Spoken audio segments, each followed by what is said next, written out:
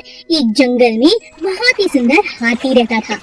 उसके सुंदर लंबे लंबे नुकीले और सफेद दांत सभी को बहुत अच्छे लगते थे। हाथी खुद भी अपने दांतों को बहुत पसंद करता था। पानी से उन्हें रोज नहलाता, उन्हें रोज चमकाता। जो भी उसके दांत देखता उसकी बहुत तारीफ करता। एक दिन वो आपस में बात कर रहे थे। दोस्त, ये जो इतना सुंदर हाथी है, क्यों ना इसे आज जाल में फंसाकर इसके दांतों को काट ले।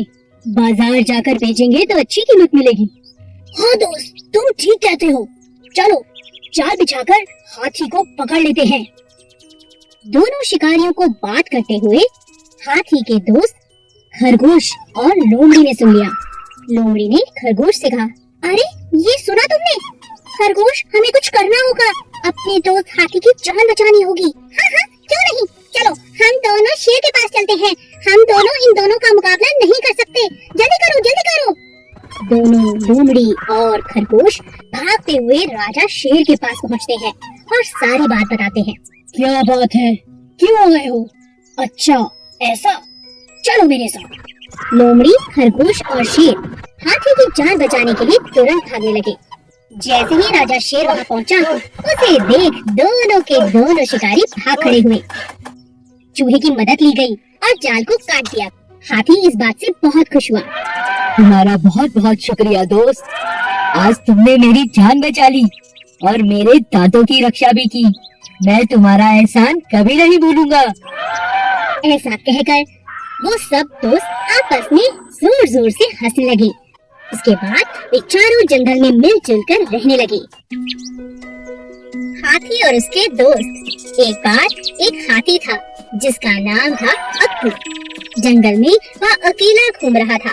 उसका कोई भी दोस्त नहीं था, मगर वह बहुत अच्छे अच्छे दोस्त बनाना चाहता था। थोड़ी ही दूर जाने पर उसे एक घोड़ा मिला।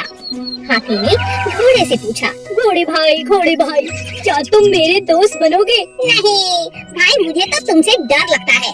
तुम इतने बड़े जो हो। हाथी मायूस होकर आगे बढ़ गया। आगे जाकर उसने देखा खरगोश कहीं कुछ खा रहा है। बंदर और कई सारे जानवर साथ में खेल रहे हैं। उसने एक एक करके सबसे पूछा कि क्या वे उनसे दोस्ती करेंगे, पर कोई भी अक्कू से दोस्ती करना नहीं चाहता था। बंदर, नहीं भाई, तुम तो बहुत बड़े हो, मैं तुम्हारे साथ नहीं खेल सकता। खरगोश बोला, अरे मैं तो तुम्हारे पाँव के नीचे जाकर दब जाऊंगा। मैं तुम्हारे साथ कैसे खेल सकता हूँ? हाथी मायूस होकर जाने लगा। तभी अचानक कहीं से शेर आया और सभी जानवरों को खाने लगा। उसने किसी जानवर को नहीं छोड़ना था, एक एक करके सबको खाना था। सभी जानवर इधर उधर भागने लगे। हाथी को शेर की यह बात बिल्कुल अच्छी नहीं लगी, तो उसने शेर को एक जोर की लात मारी। शेर वहाँ से भाग गया। इतने में सभी जानवर हाथी के पास आए। बंदर, हाथी, तुम तो बहुत सच्चे दोस्त हो, मैं तुम्हारा दोस्त बनूंगा। खरगोश बोला, तुमने तो हमारी जान बचा ली, मैं भी तुम्हारा दोस्त हूँ। ये सब सुनकर हाथी बहुत खुश हो गया और हाथी उनके साथ खूब खेलता, खूब मस्ती करता और उनका ध्यान भी रखता। एक सीधा सादा हाथी और एक चालाक लोमड़ी दोस्त थे। दोनों साथ में घूमा करते थे। एक दिन वो दोनों भोजन की तलाश में जंगल में इधर उधर घूम रहे थे कि रास्ते में उन्हें एक शेर मिला। आओ, मुझे तुम्हारी ही तलाश थी। अब तुम दोनों में से एक मेरा भोजन बनेगा। ये सुनकर हाथी बहुत घबरा गया। उसने लोमड़ी से कहा, तुम शेर से बात करके देखो। ठीक है। शेर भाई, जरा मेरी बात तो सुनो, आपके कान में कुछ कहना है। कहो। शेर भाई, आप तो मेरे भाई हैं, मैं तो आपकी सब बातें मानती हूँ। मुझे खाकर आपका कोई फायदा नहीं, आपका पेट भी नहीं भरेगा, सच कह रही हूँ।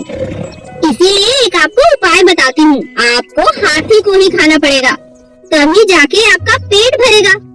इतना बड़ा हाथी खाने के बाद 2-4 दिन मजे से आप सो सकते हैं, आराम कर सकते हैं। नहीं तो मुझे खा के कल तक फिर भूख लग जाएगी। और वो कैसे हो सकता है? मैं तुम दोनों को खाऊंगा। अरे नहीं, आप मेरी बात मानो। आपको बस मेरे साथ मिलकर हाथी को गड्ढे में गिराना होगा। फिर दोनों ने मिलकर हाथी को गड्ढे में गिरा दिया। अब शेर खुश था कि इसका शिकार कब्जे में है।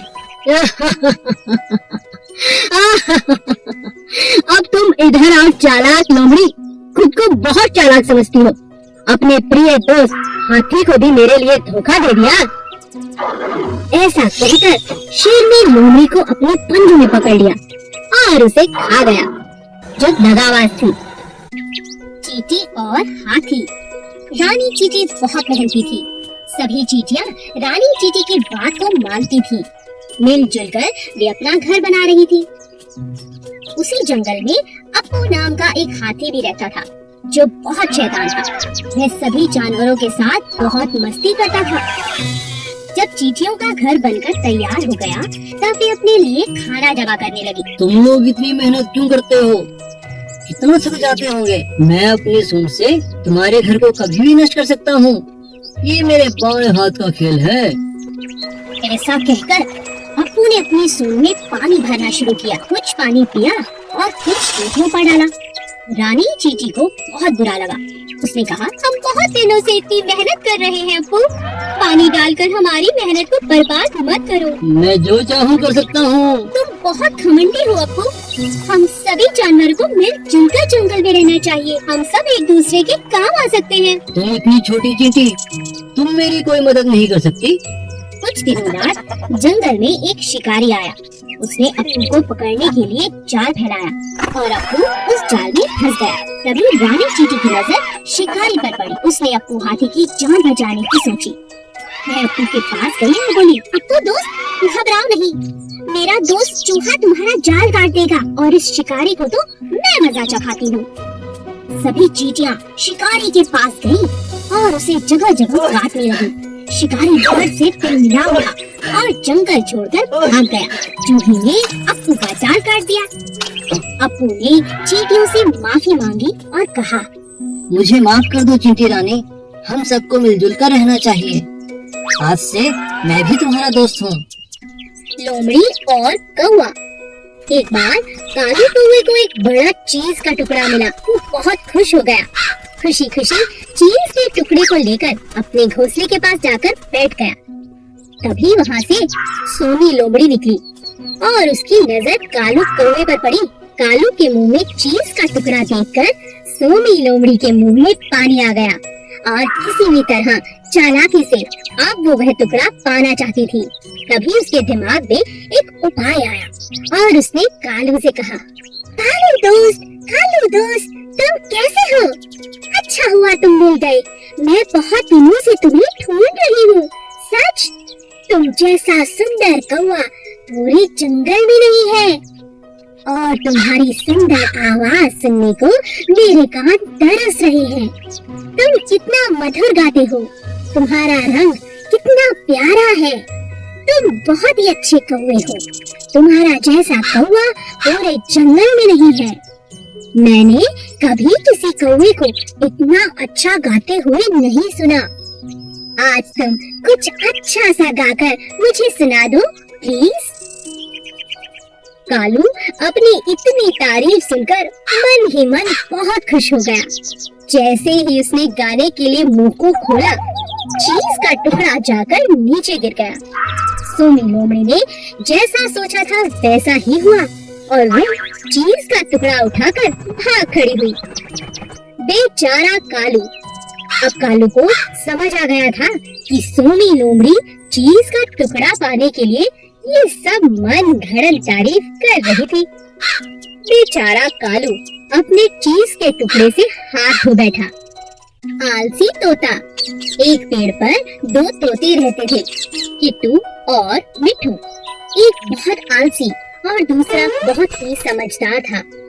एक दिन समझदार तोते ने देखा कि पेड़ की जड़ से एक बेल निकल गई है, जो पेड़ का सहारा लेकर चढ़ती जा रही है। अरे देखो, हमारे पेड़ पर एक बेल ऊपर की तरफ आ रही है।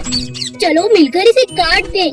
मुझे तुम्हारी सहायता चाहिए दोस्त। मैं अकेले इस बेल को नहीं काट सकता। आज तो मैं बहुत थका हुआ हूँ, हम कल काट लेंगे। ठीक है दोस्त, पर हम कल इसे जरूर काट लेंगे। अगले दिन फिर से तोते ने मिट्ठू को आवाज लगाई। मिट्ठू मिट्ठू देखो, बेल तो दिन प्रतिदिन लंबी होती जा रही है। आओ इसे काट दे। कहीं शिकारी आ गए तो इसके सहारे हमारे बच्चों तक पहुंच जाएंगे। तुम्हें इतनी जल्दी क्या है, कर लेंगे। मिट्टू, तुम बात को समझो। अभी तो बेल नाजुक है, मिलकर हम इसे काट सकते हैं। अगर ये सख्त हो गई तो इसे काटना बहुत मुश्किल होगा। ऐसा करते करते कई दिन निकल गए और बेल पक्की हो गई। तोता रोज मिट्टू को आवाज लगाता, लेकिन मिट्टू कोई न कोई बहाना बनाकर टाल देता। किट्टू तोता अपने बच्चों को लेकर दूसरे एक ऊंचे पेड़ पर जाने को मजबूर हो गया, क्योंकि उसे पता था कि मजबूत बेल के सहारे कभी भी शिकारी आकर उसके बच्चे ले जा सकते हैं। मिट्टू, मैं अपने बच्चों के साथ दूसरे एक ऊंचे पेड़ पर रहने जा रहा हूँ। क्या तुम भी चलोगे? यहाँ रहना सुरक्षित नहीं है। मिट्टू तोता आलसी होने की वजह से हर काम कल पर टालता रहा। इसी तरह एक दिन जब शिकारियों की नजर मिट्टू के बच्चों पर पड़ी, तो उन्होंने मजबूत बेल पर चढ़कर मिट्टू के बच्चों को उठा लिया। अंत में मिट्टू को अपने आलसीपन के कारण बहुत पछताना पड़ा। जंगल के बीचों बीच एक गुफा थी, जहाँ एक सियार रहता था। एक दिन वह पानी और भोजन की तलाश में गुफा से बाहर निकला। तभी उस जंगल का राजा शेर, जो दिन भर भोजन की तलाश कर थक चुका था, गुफा के अंदर जाकर आराम करने लगा। शेर ने सोचा कि रात होते ही जो जानवर इस गुफा में रहता है वह जरूर वापस आएगा, तब वो उसे खाकर अपनी भूख को शांत कर लेगा। यह सोचकर शेर गुफा में आराम करने लगा और जब ये सियार अपनी गुफा में पहुंचा, तो अचानक उसने गुफा के द्वार पर शेर के पंजों के निशान देखे। कहीं मेरी गुफा के भीतर राजा शेर तो नहीं? जरूर कुछ गड़बड़ है, मुझे अंदर जाने से पहले पता लगाना होगा, नहीं तो आज राजा शेर मुझे अपना भोजन बना लेगा। सियार बहुत समझदार था। उसने अपनी गुफा के अंदर द्वार और आसपास बहुत ध्यान से देखा। उसने पाया कि राजा शेर के पंजों के निशान भीतर जाने के हैं, परंतु बाहर आने के नहीं। बस इसी बात से वह अब समझ चुका था कि राजा शेर गुफा के अंदर ही था। तभी उसने एक उपाय निकाला और गुफा के बाहर से जोर से आवाज लगाई, गुफा, ओ मेरी गुफा, लो मैं आ गया।